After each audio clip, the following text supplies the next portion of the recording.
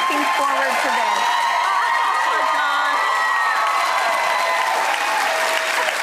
Thank you, everybody.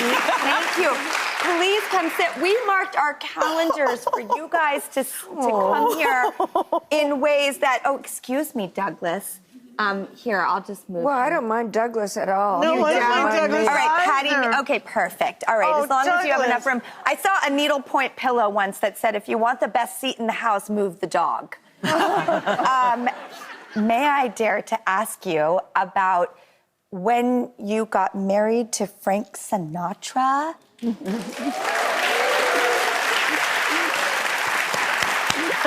Is it true that you wore a dress that wasn't necessarily fancy? I only knew the day before when we were going to get married. Really? So I had to wear whatever I had in my closet. It was like that. Yeah, because we were engaged, but he went to England to finish a film he was in the middle of. And I was in my little rented house had 2 rooms. And press had surrounded my house, cameras against every window, and there were no drapes, there were no curtains. So I would crawl around and I would go to the refrigerator and I would open it from the floor, which isn't easy, and try to get like a pizza out or something to eat. I mean, and then he would call, and I would just pretend everything was just fine. But it was a freaky thing. But I guess he saw it on TV in England. So he called and he said, I think we should get married tomorrow. I'm like, oh, okay.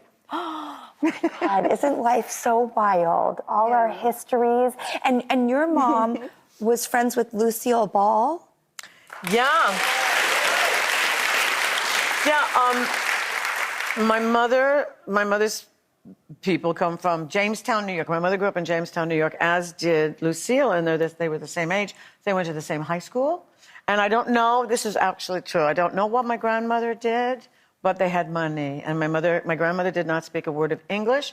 I know that she was a bootlegger, and I don't know whether that was where the money came from, but... Probably. But Lucille's family were poor, and there were 3 daughters. There was my mother and Tina and Anne, and Lucille would come over to their house and borrow their clothes. And I have a picture of Lucille. She was an alternate on the basketball team. My mother was on the basketball team, and we're talking about 1919. And Lucille went off to California. She stayed in touch with my mother. I would be a little kid on Long Island, and it would be, hi, Patty Ann, is your mom there? Yes, who's calling? Lucy. And, you know, we were watching I Love Lucy, so it would go, Mom, Lucille's on the phone.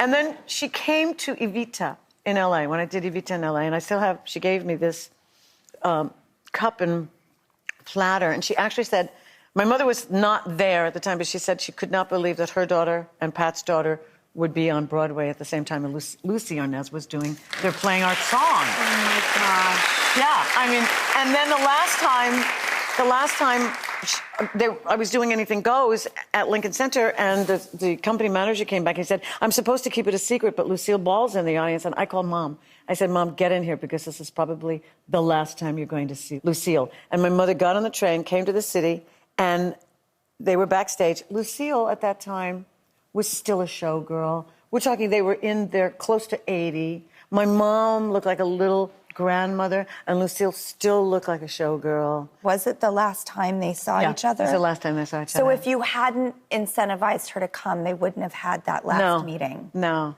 Thank God that you intervened and got them together. Yeah, I mean, it was so sweet to see them together, too.